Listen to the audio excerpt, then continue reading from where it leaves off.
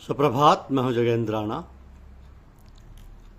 आज की हमारी आध्यात्मिक चर्चा का विषय है मार्फत। मार्फत, शरीयत, तरीकत, मार्फत, कर्म, उपासना, ज्ञान, जिस्म, दिल, रूह, इन शब्दों को सोचने के लिए बहुत सामान भरा पड़ा है। अगर इनकी तरफ कोई तवज्जो करे, इसी त्रिपुटी के दूसरे नाम तलब, इश्क और मार्फत कहलाते हैं। इससे पहले शायद ही किसी दूसरे ने इन शब्दों से इनको याद किया हो। हमने किसी चीज़ की ज़रूरत समझी, उसकी लगन लग गई और उसकी पहचान हो गई। तो पहला दर्जा ख्वाहिश का, बीच का दर्जा लगन का, तीसरा पहचान का, यानी मंजिल है तीसरा दर्जा। तो ख्वाहिश एक पेड़ की जड़ है, लगन उस पेड़ का तना है और पहचान उसका फूल है। दूसरी तरह से यूं समझो, भूख लगी, बढ़ती गई,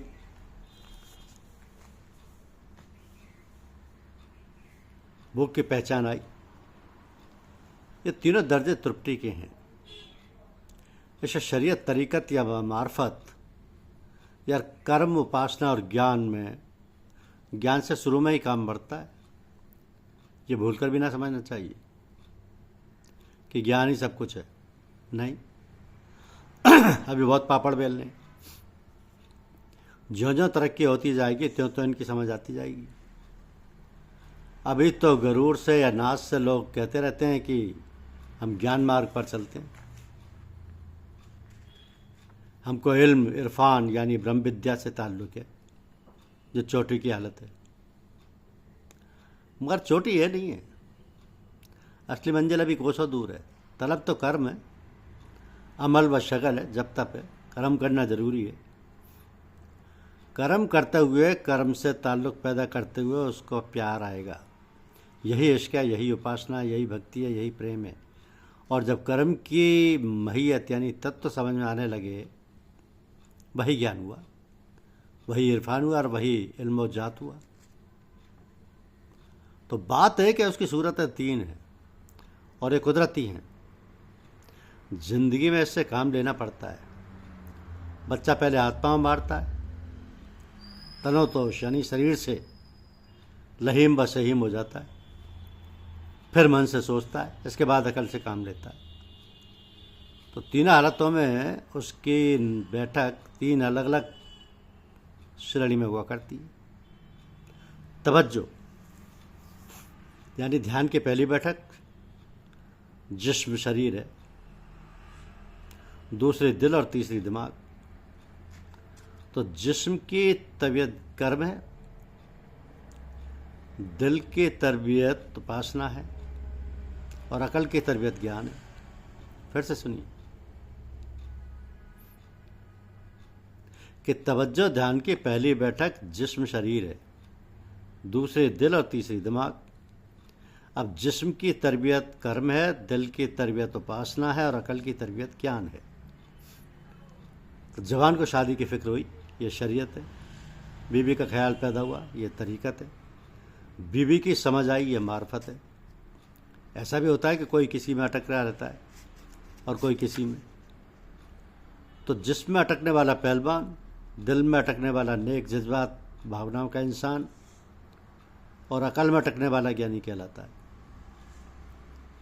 जिस्म में अटकने वाला पहलवान, दिल में अटकने वाला इंसान और अकल में अटकने वाला ज्ञानी कहलाता है। तो तीनों को तीन हैसियतें हैं, तीनों की, और अपनी अपनी जगह पर जरूरी और लाजमी। मगर मुबारक वो है जो तीनों ही की धीरे धीरे बढ़ाकर अपनी तरक्की कर जाता है। वही वली, नबी, अवतार का दर्जा पाएगा। आज नहीं कल से तरक्की के दर्जों के मरहलों का तय करने वाला ऊपर की तरफ चढ़ता जाएगा। ऐसे आदमी को कोई ताकत रोक नहीं सकती। ऐसा की रुकावट दुनिया में मुमकिन नहीं। अगर तलब और इश्क की मंजिल तय हो गई तो ज्ञान के मुकाम पर आना चाहिए। ये हालात तीनों में सबसे ऊंची है। यहीं अपने लक्ष्य की समझ आएगी और ईश्वर का इल्म हासिल होगा। इसी की बदौलत खुदा की समझ आएगी जो असल में तुम्हारी जात है। तो जात का इल्म बेहतरीन इल्म है, बेहतरीन हिकमत और बेहतरीन साइंस है। तो सारे इल्मों की जान ये है कि जिससे ये समझे कि मैं कौन हूँ। हर चीज़ की कीमत तू जानता है मगर अपनी कीमत तू नहीं जानता। ये गधापन ही हो सकता है कि कोई सवाल कर बैठे कि बिना मिलन बिना दीदार ये इल्म कैसे हो सकता है। सवाल बेशक मज़ेदार है मगर देखो भाई, पहले अपनी बीवी को देख लेते हो और तुम मज़े उड़ाते हो, या इससे पहले कहो सच है झूठ? ये तो ज़रूर ही मानोगे, माने बगैर चारा नहीं। अगर कोई जिसका नाम तो है नैनसुख मगर हैं आँख के अंधे, क्या उठाए कि अंधे को अपनी औरत की सूरत नज़र नहीं आई और भोग विशाल कर लेता है। खूब अकल के नाखून लो, इल्म एक ही तरफ का तो है नहीं। छूना, सूंघना, देखना, चखना, सुनना, सोचना, जानना, ये सभी इल्म है। किस अंधे ने दुल्हन को छुए बगैर आलिंगन के बजे लूटे? आप भी समझे नहीं? अगर नहीं समझे तो अभी और अज्ञानता की हवा खाओ। मिसाल पहले आ चुकी है मगर फिर भी सुनकर समझो कि पत्थर बनाने वाले को तलब हुई कि मूर्ति बनाए। उसने हाथ में हथौड़ा लिया और पत्थर को गढ़ने लगा। उसमें शक्ल बनाता है, प्रतिमा निकालता है और उसको खूबसूरत बनाता है। ये खूबसूरती कहाँ से आई? उसी के अपने दिल से निकली और अंदर छिपी हुई है। यही इल्म ज्ञान है। ज्ञान के सींग पूछ नहीं होती। अभी उसकी गढ़ी हुई मूर्ति पूरी भी नहीं हुई मगर ज्ञान पहले से ही हो गया। मूर्ति अधूरी है मगर समझ बूझ मौजूद है। कहो सच है या झूठ? ज्ञान की थोड़ी सी मगर साफ तशरीफ है। इसको किताबों में तलाश करना फिजूल है। अपने दिल में तलाश करना चाहिए जिसमें तमाम किताबें भरी पड़ी हैं और इल्मों का खजाना है। किताबों में धरा क्या है बहुत लिख लिख के धो डाली। हमारे दिल पे नक्शे कल हजार हैं तेरा फरमाना। हमारे दिल पे नक्शे कल हजर है तेरा फरमाना। न देखा वो कहीं जलवा जो देखा खाने दिल में। बहुत मस्जिद में सिर मारा बहुत सा ढूंढा बुत खाना। इसी तरह जब तलब और इश्क जोश पर आते हैं तो ज्ञान का हासिल होना लाजमी है, ज़रूरी हो जाता है। पेड़ लगाया, उसमें फूल आए, फल का आना ज़रूरी और कुदरती है। अगर पेड़ को खस्सी नहीं किया गया, ये ज्ञान है, यही इरफान है। वह तुम में है तुमसे और वह खुद तुम ही हो, तुम हो। बशर्ते इसकी समझ तुम में आ गई है। नाक को सीधी तरह से पकड़ो, चक्कर देकर पकड़ने से क्या फ़ायदा? तो ज्ञान वास्तव में दिल के पर्दों को चाक करते हुए उनके अंदर अपनी असलियत को देखना है और कुछ नहीं। जागृत और स्वप्न से ऊपर चढ़कर सुसुप्ति पर गालिब अपना आना ज्ञान है और सतरज तम को दबाकर बैठना ज्ञान है। जागृत मलकूत और नासूत के ताबुकात को तय कर जाना इरफान है या ज्ञान है। साइंस अच्छा, इल्म अच्छा, अकल अच्छी, सभी अच्छे हैं मगर सबसे अच्छा ये ज्ञान है। और ज्ञान से मुराद सिर्फ इतनी है कि अपने आप को पहचानना, अपनी माहियात से वाकिफ़ होना और अपनी जात खास का इल्म पा लेना। ज्ञान के मंजिल पर वे पहुँचते हैं जिन्होंने जिस्मी, दिली और अकली तरक्की कर ली हो, और तो नाहक भ्रम में फंसा देते हैं और भ्रम इंसान को मार भी देता है। तो ज्ञान दूर की सूझ सुझाता है मगर इंसान लफ्ज़ों के धंधों में ना फंसे और सिर्फ नफ्स मतलब पर निगाह रखे, वरना वो ज्ञानी नहीं, वाचक ज्ञानी कहा जा सकता है। दुनिया में ज्ञानी कम होते हैं, हजारों मर्दों में कोई एक ही सखी का लाल ऐसा निकलता है। ज्ञान अपने आप बदला है। इल्म पढ़कर नौकरी की जाती है, क्यों? रुपया कमाने को। इसमें रुपया नहीं मिलता, फिर इसमें क्या मिलता है? खुशी, दिल की खुशी। तो इल्म खुशी, अपनी हस्ती की खुशी और अपनी जात की खुशी, ये क्या कम है? नहीं, ये चीज़ सबसे बढ़कर है। ये ज्ञान आत्मा के करीब पहुंचाता है। सिर्फ आत्मा ही हरकत न करने वाली और अचल है। सब इसमें गुथे हुए हैं, ये किसी में गुथा हुआ नहीं। जिस्म इसका, दिल इसका, मगर ये किसी का नहीं। आज़ाद मुतल्लिक, जो किसी की कैद में ना हो, वो आत्मा। बेताल्लुक, बेलाक, लिपट, बेकदोबंद का है। असल में यही सब कुछ, और कुछ भी नहीं। तो इस दफ़ा एक किस्सा भगवान कृष्ण का याद आ गया। एक दफ़ा रुक्मणी जी ने कृष्ण भगवान से प्रार्थना की कि हे प्रभु, अगर आज्ञा हो तो महर्षि दुर्वासा जी के दर्शन कराऊं, जो यमुना के उस पार ठहरे हुए। तो कृष्ण भगवान ने आज्ञा दे दी, किंतु इत्तेफाक से किश्ती ना थी। रुक्मणी जी ने कृष्ण भगवान से प्रार्थना की कि हे प्रभु, किश्ती नहीं है, किस तरह यमुना पार कर जाऊं? तो कृष्ण भगवान बोले, यमुना से जाकर कहना कि अगर कृष्ण ने कभी मेरे साथ भोग नहीं किया है तो तू मुझको रास्ता दे दे।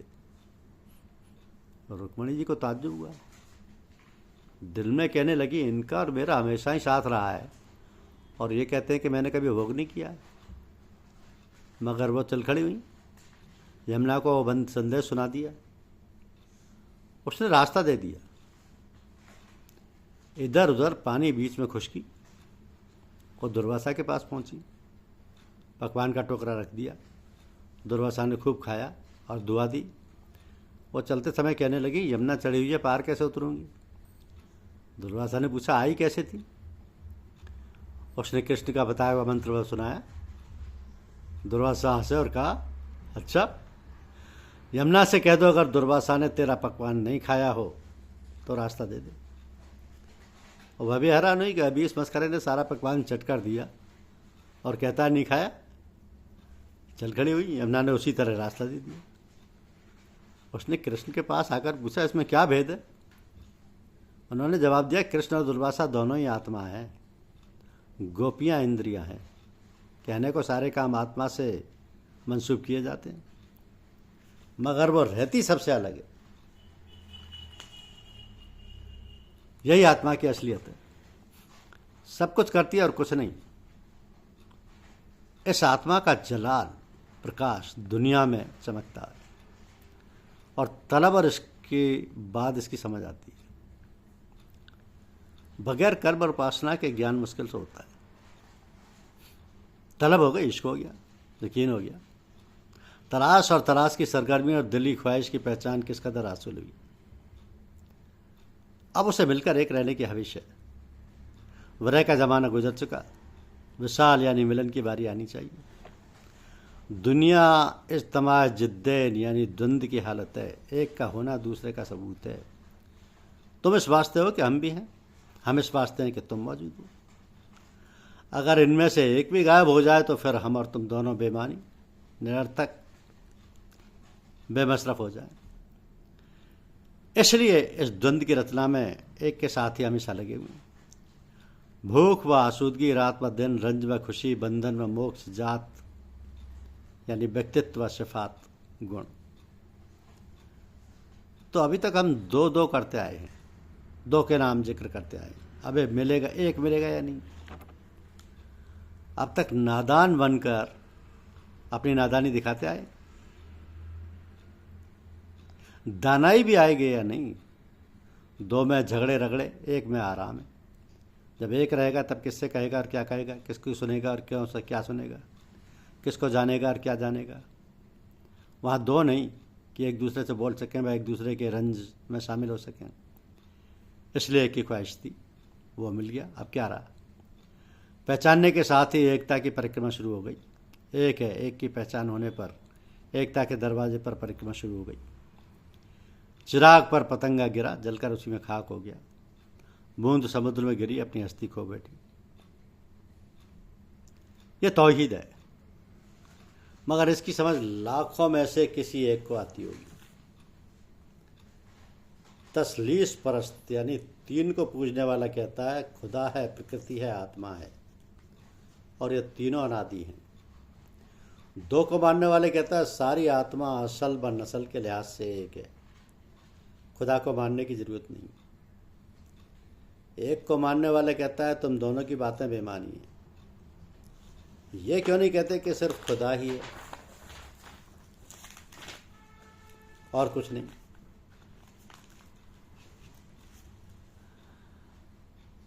हमें ओस्त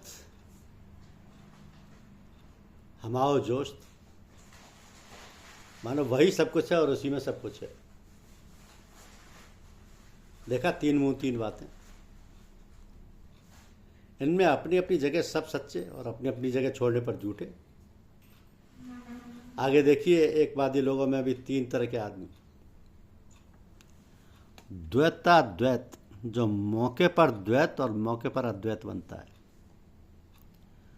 विशिष्टाद्वैत, जो एक जाते वाहिद, एक अस्थि में दो बातें जड़ व चेतन मानता है। और अद्वैत, जो जड़ और चैतन्य को फर्जी व ख्याली बताता है। सिर्फ जात वाहिद, एक अस्थि को हक समझता है। तो इनमें रगड़े झगड़े हुआ करते हैं, क्योंकि ये सब असलियत से दूर हैं। बात बनाता ना तो सीख लेंगे। दलील व हुज्जत यानी तर्क वितर्क हमेशा जबान पर रहती है। तौहीद कुछ और है और ये समझे कुछ और है, कहते कुछ और करते कुछ और है। अगर ये एक को मानने वाले हों तो इनमें झगड़ा होने की क्या जरूरत है, बहस मुबाहिसा की क्या जरूरत थी, क्योंकि तौहीद तक पहुँचते पहुँचते सारे झगड़े ऐसे गायब हो जाते हैं जैसे कहते हैं कि सिर्फ ससील या बांझ का लड़का। तो हम तौहीद किसको कहते हैं? दो का मिलकर एक हो जाना, इस तरह से कि फिर दुई का ख्याल तक दिल में ना आए, यह असली तौहीद है। मन तो सुदम तो मन सुधी, मन तन सुदम तो जा सुधी, ताकस ना गोयद बाद जी, मन दीगरम तो दीगरी। अर्थात मैं तू हो गया और तू मैं हो गया, मैं जिस्म बन गया, तू मेरी जान बन गया, ताकि अब कोई ये ना कह सके कि मैं और तू दो हैं। खाविंद बीबी के साथ हम आगोश हो गया, गले मिल गया, दोनों एक हैं। इस वक्त कोई झगड़ा रगड़ा नहीं, मजा ही मजा है। खाविंद बीबी से अलग हो गया, एक से दो हो गए, अब झगड़े ही झगड़े, सब मजा किरकिरा हो गया। ये रोजाना कारोबार में देखा है। तो ये मिसाल तौहीद को समझने में कुछ मददगार होती है, मगर ये भी खालिस तौहीद नहीं है और तौहीद कभी खालिस नहीं होती। एक के साथ दो का झमेला हमेशा लगा ही रहता है। जब तक ये ख्याल कि हम आशिक और मुवाहिद एकवादी हैं, तब तक माशूक प्रियतम और दो की हस्ती का ख्याल रखते हुए असलियत से दूर रहेंगे। इसलिए दुनिया के व्यवहार में यह लफ्ज़ महज ख्याली और फर्जी है, ना कोई असलियत है। उब तक मुवाहिद, एक को मानने वाला ध्याता, एक पनाह में खुद को भूलकर तौहीद के ख्याल तक को फरामोश न कर देगा, भुला न देगा, तब तक तौहीद की असली मुराद जहन में नहीं बैठ सकती। और यही सबब है कि जिनको जरा भी अच्छी समझ बूझ है वह तौहीद के डींग नहीं मारते, चुप रहते हैं। हक हक है, नाहक नाहक है। तौहीद में ना हक है ना नाहक है। जो तौहीद की बांग लगाता रहता है वो द्वैतवादी है, और जो तौहीद को पूजने वाला है वो बुत परस्त है। जो इशारा करता है वो गाफिल है, और जो उसकी बातचीत करता है वो जाहिल है, क्योंकि तौहीद उसके लिए वो मुवाहिद है, एक मानने वाला, प्रकाश का पर्दा है। तौहीद बतौर खुद कमाल है, जिसकी दीद व सुनीद, देखना सुनना महज बहम और ख्याल है। जवा बंद कर, लब को खामोश कर, ना कुछ मुँह से कह, होश कर होश कर। मगर इसकी समझ कैसे आए, इसको किस तरीके से समझना चाहते हो? हिकमत से या फ़िलसफ़ा से या साइंस से, ताकि समझने की कोशिश की जाए। मगर ये ना कहना कि तुम भी बोल उठे, आखिर बोलना झगड़ा मोल लेना है। बोले नहीं कि मतलब हाथ से गया नहीं। मगर खैर, जैसे बनेगा वैसे समझाएंगे। अगर समझते हो तो सुभान अल्लाह, हम तो दोनों खुश। नहीं समझते हो तो इस्तगफिरुल्लाह, हम भी डूबे तुम भी डूबे। और अगर समझने की ख्वाहिश है तो इंशाअल्लाह हम भी खुश नसीब, तुम भी खुश नसीब। तो सबसे पहले अपनी तरफ नज़र करनी चाहिए। अपने जिस्म को देखो, वो छोटी कायनात यानी छोटी दुनिया है। इसमें कितने नस, नाड़ियाँ, रंग व रेशे, खून व चर्बी, कितने गोश्त पोश्त मौजूद हैं। कसरत है, इससे कौन इनकार कर सकता है, मगर सब आपस में गुथे हुए हैं। और एक गुथरा तौहीद और एक पना कहलाता है। और आगे चलो, एड़ी से चोटी तक तुम सिर्फ एक हो, इसमें कोई दूसरा नहीं है। गोश्त पोश्त वगैरह सब तुम में है और वही तुम हो। देखो एक है कि नहीं, यही तौहीद है, यही तौहीद है। तो हमाओ अस्त व हमाओ ओजस्त। उदाहरण, समुद्र में पानी, मोती, मूंगा, लहर, कौड़ी, शंख सभी कुछ है। इन्हीं की एक जा हैसियत का नाम समुद्र है। किसी एक का है, सबको अलग अलग कर लो, तब समुद्र कहाँ रहा। एक में और बहुत में एक का तमाशा था, वो दूर हो गया। अब समुद्र नहीं रहा, समुद्र एक है और बाकी सब चीज़ अनेक है। और भी इस तरीके की मिसालें दी जा सकती हैं। अब साइंस क्या कहती है ये भी सुन लो। साइंस क्या कहती है ये भी सुन लो कि चीज़ एक है, कीमिया के अमल में उसमें हजारों सूरतें पैदा हो गई। पानी में हरकत पहले हो रही, झाग आ गया, झाग सूखा मिट्टी बन गई, मिट्टी से पेड़, पत्थर, इंसान, मनुष्य, हैवान सब बन गए। मिट्टी के अंगों को हल कर दो, अब सिवाय पानी के क्या रहा। द्वैतवादी, झगड़ालू, त्रिपुटीवाद, झगड़ा करने वाले उपद्रवी हैं। अद्वैतवादी अच्छा है, इससे किसी का झगड़ा नहीं रहता, ना वो बहस मुबाहिसे में पड़ता है, जो समझ लिया वही सब कुछ है। तो खुद अपनी ज़िंदगी के रोज़ाना बर्ताव को देखो। तुमको अपने से छोटे कम अकल आदमियों से नफरत थी? तुमने सोचा कि ऐसे आदमियों के साथ रहना सहना पड़ेगा? अपने हालात को उनके हालात के साथ मिला दिया। निगाह ऊंची होते ही नफरत का फ़र्क कम होने लगा। तुम इन जैसे और वो तुम जैसे बनने लगे। अब ना वो नफरत है, ना कदूरत, दुराव है। तुम उनकी कमजोरियों को दया और क्षमा की निगाह से देखते हो। वे तुमको प्यार करते हैं, तुम्हारी इज्जत करते हैं, और तुम भी खुश, वो भी खुश। क्योंकि खुशी वहदत व एक पने में है। नाजिनसियत झगड़े की जड़, हमजिनसियत इत्मीनान हृदय की हालत है। और यही तौहीद है, इसी की सबको ख्वाहिश होती है। तौहीद का मसला समझा दिया। अब इस थिएटर का ड्रॉप सीन होता है, फिर वही मजहबी उधेड़बुन की तरफ चलने का ख्याल है। क्योंकि निगाह का नुक्ता नहीं वही है जो कभी नज़र से गायब नहीं होता, और गायब भी कैसे हो, रात दिन वही अमल और शक्ल लेता है, और उसी के मुताबिक भावनाएं पैदा किए जा रहे हैं। इसलिए अगरचे मिसाल कई किस्म की दी जाती है, मगर नज़र सिर्फ उसी तरफ होती है। तौहीद के उस्तादों ने इसकी कई किस्में की हैं। विभाजन और एकत्रित करना प्रकृति का खासा स्वभाव है। अगर कोई तौहीद का भी जिस किस्में निर्धारित करता है तो हमें एतराज़ नहीं होना, क्यों होना चाहिए। जो जैसा है और जैसी समझ है वैसा ही कहेगा और करता रहेगा। पर मेरे ख्याल से तौहीद में प्रतिकूल भाव दिखाना बेकार है, क्योंकि जब इसको किस्में हो गई तो फिर उसमें तौहीद कहाँ रही। ये तो भानुमती का पिटारा बन गई, जिसमें कभी सभी चीज़ें अगड़म बगड़म मौजूद हैं। खैर, उनको भी सुनना चाहिए। धन्यवाद।